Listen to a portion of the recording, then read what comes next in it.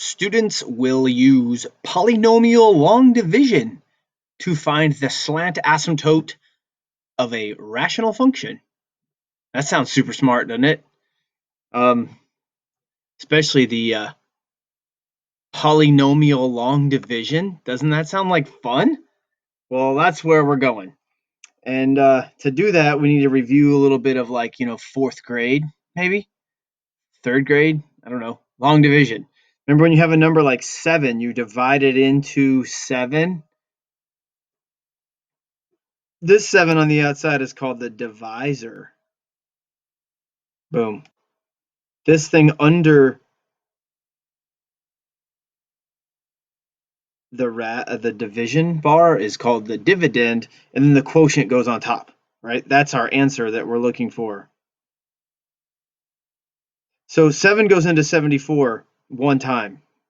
And then you multiply 1 times 7 and get 7, and this is the part where you subtract, right? And then the 4, beep, beep, beep, beep, beep, beep, beep, drops down is like the next digit. And how many times does 7 go into 4? 7 does not go into 4, right? 4 is smaller than 7. So 0 times 7 makes 0, and it turns out we have our remainder, right? Remainder is 4.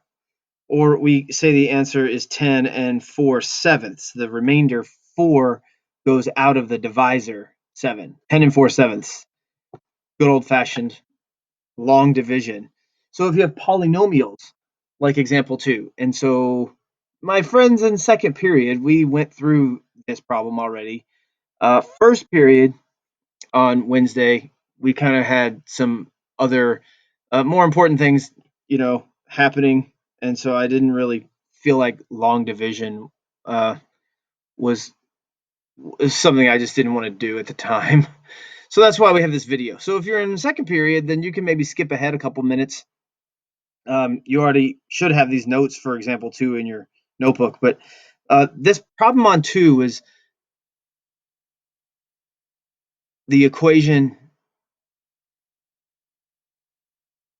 from the homework on horizontal asymptotes. This was problem number 12, and problem number 12 on that homework had no horizontal asymptote. All the other equations 1 through 11 had some kind of horizontal asymptote, but notice here the degree on top is bigger than the degree on the bottom, which means there isn't a horizontal asymptote. And so this is when you get a slant asymptote. The reason why the graph doesn't flatten out is because it goes up and up and up towards infinity or down to negative infinity. And I have the graph to show you in a second. I have it right here. Show you the graph right now. Boom. Y equals cy1 is x squared minus 8x minus 33 over x plus 5. If I graph that, look, boom. This graph doesn't look like it's flattening out anywhere. Matter of fact, if I zoom out on this graph from the origin, you actually see two pieces of it that you don't see originally. And that's because this piece here, it's lower than negative 10. The standard window is negative 10 to 10, which is this part in here we were looking at. Notice it looks like it does have a vertical asymptote at negative 5. Negative 5, y does not have an answer, right? But if I go to negative 4.99, really, really close to negative 5, y is way up at 3,000, right? Negative 4.9999, 319,000, right? So if I go to negative 5.01, I'm really close to negative 5 now, right? The graph is way down at negative 3,000. So at negative 5, there's a vertical asymptote. That should be pretty obvious by this equation. Negative 5 is the value that makes the denominator 0. But as we saw on the graph, it doesn't flatten out horizontally. The graph continues to go up and up and up. And so what that means is there will be a diagonal asymptote, a slanted asymptote, as we saw it in the learning target. And so how do we get that slant asymptote? The equation of the slant asymptote happens when the degree on top is bigger than the degree on the bottom, and it means you have to do long division. So to do the long division, you start with the x, and you divide it into the x squared. The plus 5 doesn't play a role just yet. When you do the division, you use the first term of your divisor. and you take it into the first term of your dividend. And how do you take it into it? Is you ask, what would I multiply x by to get x squared? X times x is x squared. And so now I multiply the x times the x and get x squared, and I multiply the x times the 5, which is 5x. Right? So I do distribute the x on top in the quotient. You distribute that to every term in the divisor. And the divisor could have 2 terms like it does here. The divisor could have 3 terms or 4 terms, right? But you would distribute the number on top to everything in the divisor. And what we do now is what we said earlier was we now subtract, right? Subtract. And subtract is fine, but it's nowhere near as fun as saying draw the line, change the signs. It makes a rhyme every time. And that's what we're going to do from now on. So notice I have a negative 8x and a negative 5x. That makes negative 13x. The x squareds cancel out like they're supposed to. That should always happen. If that first term doesn't cancel out, then whatever you put on top was wrong. Okay? And now we just carry down the negative 33. Just like over in the example 1, we drop down the 4. And we wash, rinse, repeat. I do the same process over again. You ask yourself, what do I multiply x by to get negative 13x? Oops. Negative 13x. And you multiply by negative 13. So negative 13 times x is negative 13x. Negative 13 times 5 is negative 65. You notice how both of those are minus signs in green there? This is why I started saying draw the line, change the signs. It makes a rhyme every time. And I do that because the students that I've had in the past, years ago when I would first do long division, would sometimes not change the sign because they would be like, well, you said to subtract. So I subtracted what was there because it's a minus sign. But you have to remember to subtract the minus sign, which makes a plus sign. And so that 32, kind of like our 4 on example 1, is the remainder out of x plus 5, the divisor. And so what's happening here is that y equals x squared minus 8x minus 33 over x plus 5. That equation and our new equation, how about we write it as y equals x minus 13 plus 32 out of x plus 5. Those two equations are the same thing. They are equal to each other. Okay? They are equal to each other. If you were to take the second one and get a common denominator with those 3 fractions, right? X over 1, 13 over 1, 32 over x plus 5.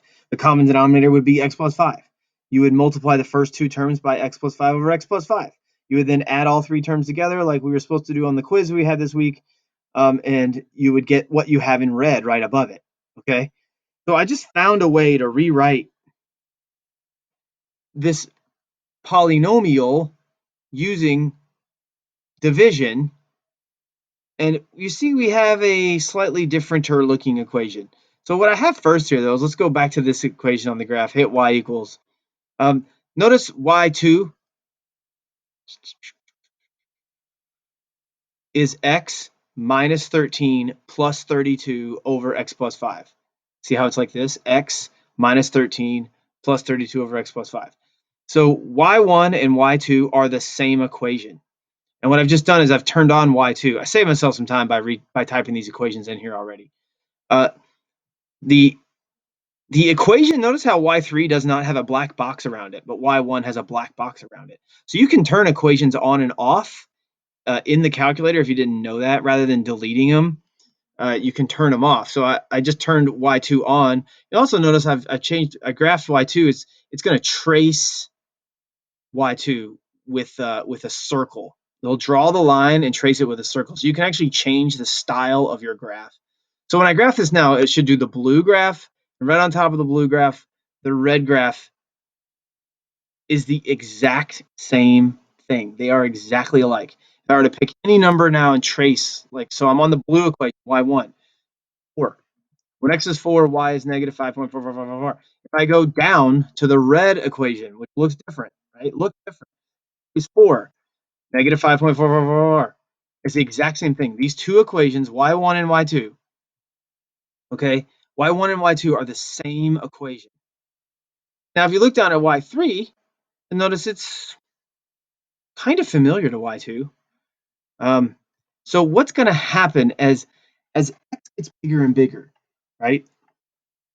As x gets bigger and bigger, think about this term right here, our remainder. Oh, and of course. The remainder is the 32 over x plus 5. My mirror device quit working. Please work faster. Please don't break. We still got a long way to go. Look, it's Mary. So you see I circled the 32 over x plus 5. This remainder, as x gets bigger and bigger and bigger, think about what that fraction would do. It's a fraction. The degree of the top is smaller than the degree on the bottom, right? So as you pick larger and larger and larger numbers for x, like if I plug in 2, well, 2 minus 13 is negative 11. And then 32 over 2 plus 5, 32 over 7 is like 4. So that's a big piece right there when x is 2. But if you let x be 1,000, you know, or just let x be 95. Oops, I can't erase that part. Let x be 95. 32 over 95 plus 5 would be 32 over 100. And 32 over 100 is 0.32. So that's a really small number. If I let x be 995, right? 32 over 995 plus 5 is 32 over 1,000. And 32 over 1,000 is like 0.032. So this part that's circled right here, this remainder, as x gets bigger and bigger and bigger, it's going to go away. It's going to go to 0. The remainder goes to 0. And what you're left with is the equation y equals x minus 13. So if we come back to here, you'll notice number 3 is x minus 13. So on y3, if I go down here and go over to the equal sign, push enter, it now has a black box around it, right? And so when I graph now, y1, y2, and y3 will all be graphed. Notice y3 is black, and I'm graphing it with the disconnected lines. It's just dots. It's going to do like a dash line. If I graph it, hit graph, and it happened real quick. It went okay, and so there is a diagonal line kind of bounded in between these two curves, right? And those curves, as they get closer and closer and closer to that diagonal line, but they would actually never touch it. And it's hard for me to show that here because I'm not sure how big my x's are. Notice I'm on y1 at the top. So if I go to, say, 20, right, x is 20, y is 8.28. If I go to the red one, x is 20, y is 8.28. If I go to the asymptote, the black line, when x is 20, y is 7, right? So notice how the blue and the red curve, they're definitely not the same as 7. They're pretty far apart. 7 and 8.28 are 1.28 units apart. But if I jump out to 40, which is the very edge of my graph, okay, y is 27.7 on the actual curve. If I go down to the line, this is 27. 27.7 and 27, they're a lot closer together. And as x then gets bigger and bigger and bigger, the blue and the red curves will get closer and closer and closer to that diagonal line, making that diagonal line a slant asymptote. Okay, so the slant or diagonal asymptote is a line y equals x minus 13.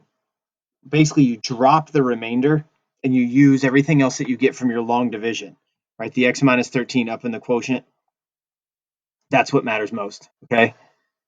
So what do? We keep practicing. So welcome back, second period. You've jumped ahead to here, right? Because this is a problem that second period hasn't done yet. Notice the divisor now has an x squared in it. So it's definitely a little bit more complicated. So to practice this long division, because this is really what today is all about, is practicing this long division. What do I multiply x squared by to get 2x cubed? Okay, technically I'm doing a division problem. I'm doing 2x cubed over x squared. And using your properties of exponents, that's 2x because you subtract their powers, right? So 2x goes on top for my quotient, and I multiply 2x times x squared, which is 2x cubed, and I multiply 2x times -1. And 2x times -1 is -2x. So I get 2x cubed. And then notice over here I have minus 2x. I put a space in my multiplication line because I'm not going to subtract x squared and x, right? They're different things. You have to combine like terms. What do we do now? Remember I just said subtract, but instead it's draw a line, change sign, makes a rhyme every time, right? When you subtract. So the x cubes cancel like they're supposed to. And now we just bring down every term 3x squared from the previous line. What is -7x plus 2x? That's -5x.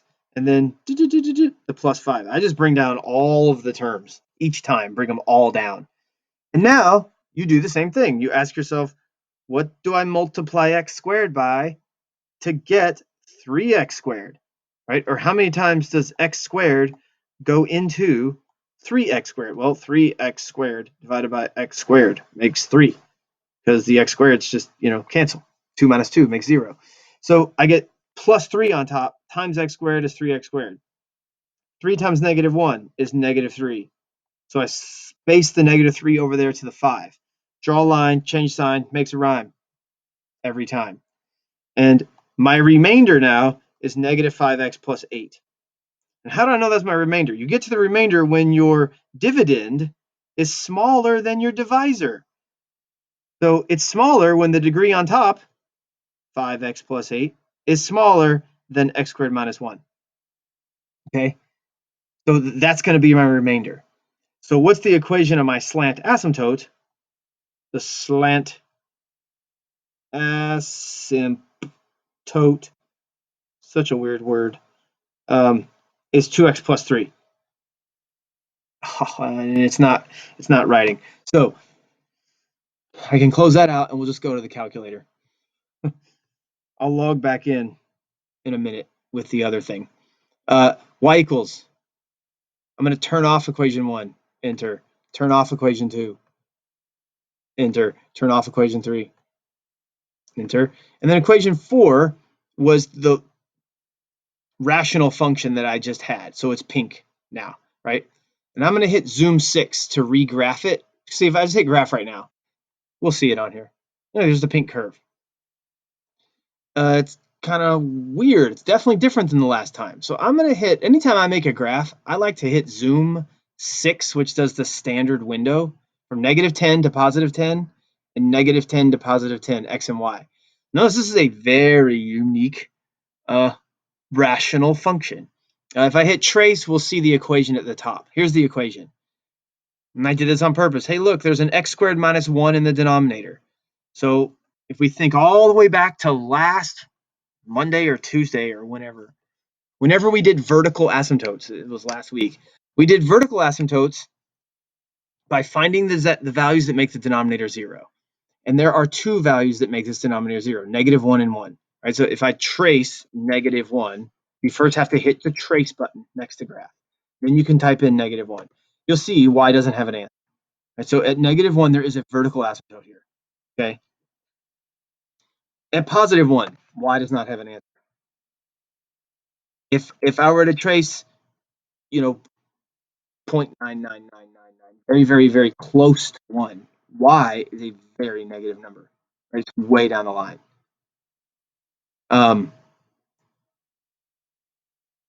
So it looks like, though, if I zoom out, zoom 3, oh, shoot. I always like to zoom out from the middle. So since I had hit trace, I need to move my cursor. So now I'm moving the little plus sign to the middle and hit enter. So now you see what's happening is there is a vertical asymptote at -1 and a vertical asymptote at +1. There are 2 vertical asymptotes. The rest of the graph is definitely not flattening out, right? The rest of the graph is diagonal.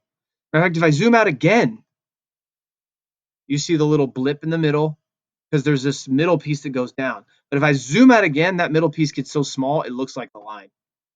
Okay. And if I go to y equals and go down, down, down, down to the green one, there's my slant asymptote that we found from the long division, 2x plus 3.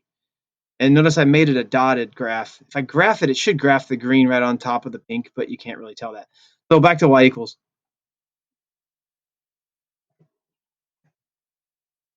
To show you, if you have this version of a calculator, you can go way back here to the left of y5 and hit enter. And you can change the line being a regular line, a thick line, shade above the line, which is greater than, shade below the line is less than, trace line. So let's do the trace line. That's fun. I like that one. So now it'll graph the pink one and it'll graph the green one right over top of it. So the pink one goes, which looks like a line. The green one, it looks like these are the exact same function. And this is because I'm way zoomed out on it, right? Like if I go to window, notice I'm at negative 640, okay? If I go back to a standard window, zoom 6, in the middle, the green line and the pink function are obviously not the same, okay? Notice this is actually kind of a fun one.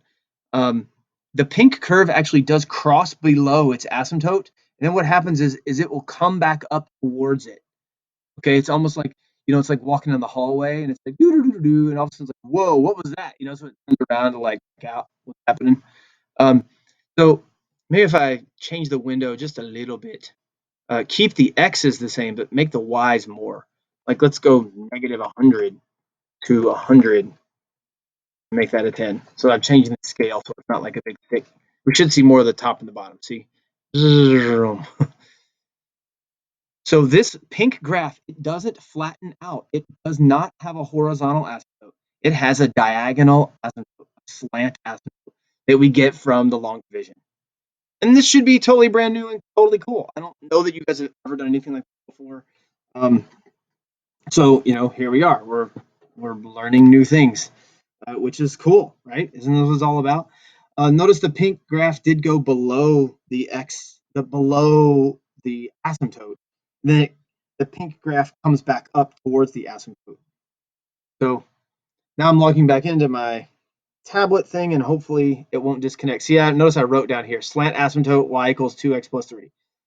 Hopefully I can at least scroll up to the next part. The good news is I don't really have to write too much. So I made another problem for us. Okay, example 4, this is the last one. The video's almost over. Okay.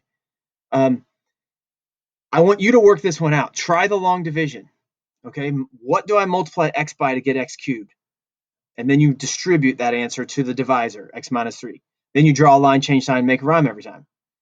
And so this is one for you to practice on your own. I have the answer already worked out. So that's the good news is while I'm trying to write it, it shouldn't die on me. But what you need to do now is like pause the video. Okay, pause it so you can work this out. Okay, I want you to do this long division on your own. So you got to pause it because I'm going to go to the answer. So you better pause it. Is it paused? Okay, so pause it now. Okay, welcome back. Now that you've finished the problem, here it is all like, pretty like. Try to use lots of beautiful colors. So you notice I did the draw line, change sign, make a rhyme every time in red. So x goes into x cubed, x squared times. Okay, and then x squared times x is x cubed, and x squared times negative 3 is negative 3x squared, but you draw a line, change sign, make a rhyme every time, and you get negative x cubed and positive 3. So when you do the math, okay, I'm not going to read through all of it. If you got it wrong, go back and do it again. You see the answer here, but I need you to try it on your own, see if you can get this right on your own. Notice what's happening this time is our quotient, right? X squared minus 6x plus 1 plus 80 over x minus 3.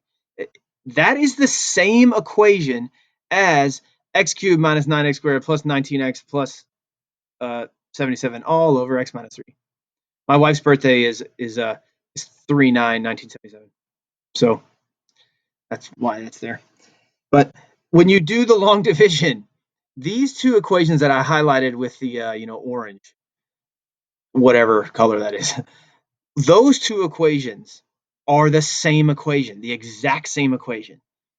The slant asymptote is the long division equation without the remainder. Because remember that remainder, see the degree on top is a 0, the degree on the bottom is a 1. So as x gets bigger and bigger, this is going to go to 0, right? This has a horizontal asymptote of 0. This term does, okay? Now this function doesn't have a horizontal asymptote at all. It has a slant asymptote. But remember the rules for horizontal asymptotes is this term would go to 0, right? So this is going to get smaller and smaller and smaller as x gets bigger and bigger and bigger, okay? So as x gets bigger and bigger and bigger, this term goes away. Leave me with a slant asymptote. And what kind of function is this slant asymptote? This is different than the last two. We've only seen two of these so far. This function is what we call a quadratic function when it's x squared. And what's the graph of a quadratic function called? The graph of a quadratic is called a parabola. So this is a parabolic asymptote. It's still called a slant asymptote because it's not vertical, it's not horizontal.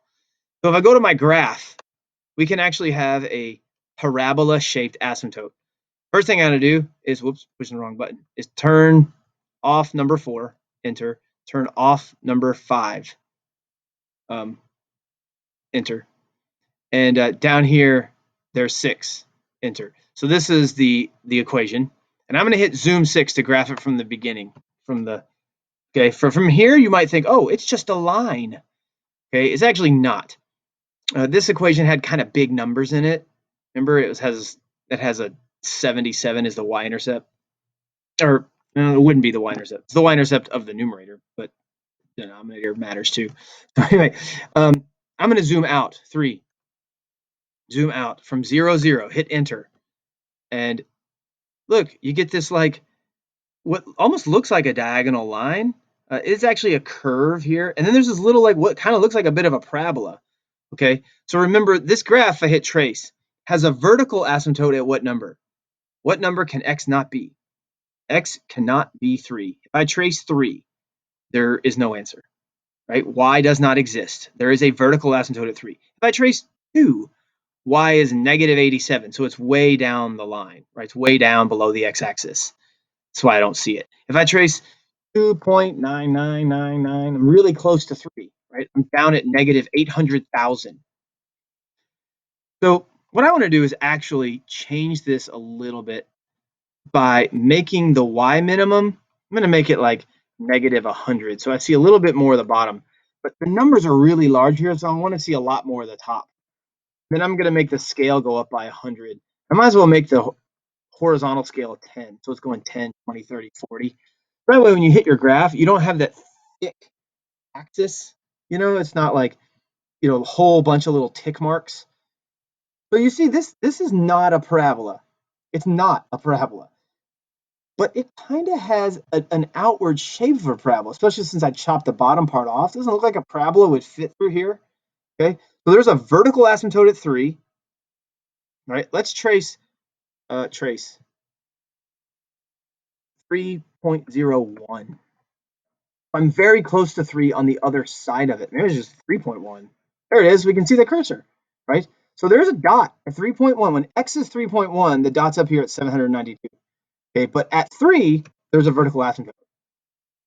Turns out there is also a parabolic shaped asymptote. This graph, if I go to y equals and go down, down, down, down, down, down, you might not have known, but I hit it down here. See, this is what we got from our long division when we did the polynomial long division. X squared minus 6x plus 1. If I turn that graph on, right, it'll graph a parabola because this equation, y equals x squared minus 6x plus 1, this is a parabola. Okay, this equation is a parabola. This is a quadratic equation. It is a parabola. The orange equation is not a parabola. It's a crazy, weird, rational function. Okay, it has a vertical asymptote, which parabolas don't have. But what it does have is that if you use really, really large values of x, this orange graph starts to model that blue parabola. They get closer and closer and closer together.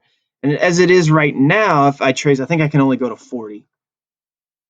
On the actual function, okay, is 1,360. But if I go to the asymptote, it's 1,361, right? They are like sitting right next to each other. And as if x were to get bigger and bigger, which, how do I do that? I can make this go to like -100. This would be fun, right? Positive 100. And then maybe I need y to go up even higher. I don't know how high. I didn't try this before. 2,000.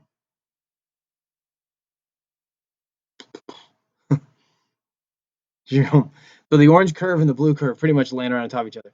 Notice this orange curve, it does keep going up forever. What is happening here is the calculator has run out of pixels. Okay? It cannot compute the numbers between here and here because they're so small. It can't graph it. Okay, but if I were to trace, what did I do earlier? 3.01, or that was all the way up at 7,000. 3.15, 3.17, 3.19. Goodness gracious. I've already lost track of what I'm trying to do. 3.11 is the way I needed to go with it. Like 3.09?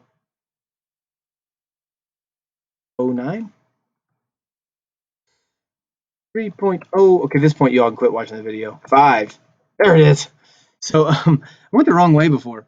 So there is a dot at 3.05. X can be 3.05, and Y would be 1,590. So this orange curve, it does go up. This orange curve goes up forever. There's an asymptote at 3. So the graph goes up. I'm going to turn off the blue one. Oh, it can't go that way. You got to go down. I'm going to turn the asymptote graph off, the parabolic asymptote, so we can see the orange curve. The orange curve, remember, it goes down forever. It also goes up forever, but it has an asymptote in the middle. Maybe I should make the window go even further down. It'd be fun. Let's make this -2,000. See what happens here. You should see it like swiggle down and swiggle up. So it's like a parabola got hit with a vertical asymptote. Okay. And there you have like touchdown. That's kind of fun. Anyway, so I probably went too long, but this is what I do. I'll stop sharing this video now so you all can go do some long division on your own. But slant asymptotes, this has been a fun time, right? We had vertical asymptotes, which also led us to holes in the graph, which then we talked about horizontal asymptotes. And now we know how to do slant asymptotes because of long division, right? Right.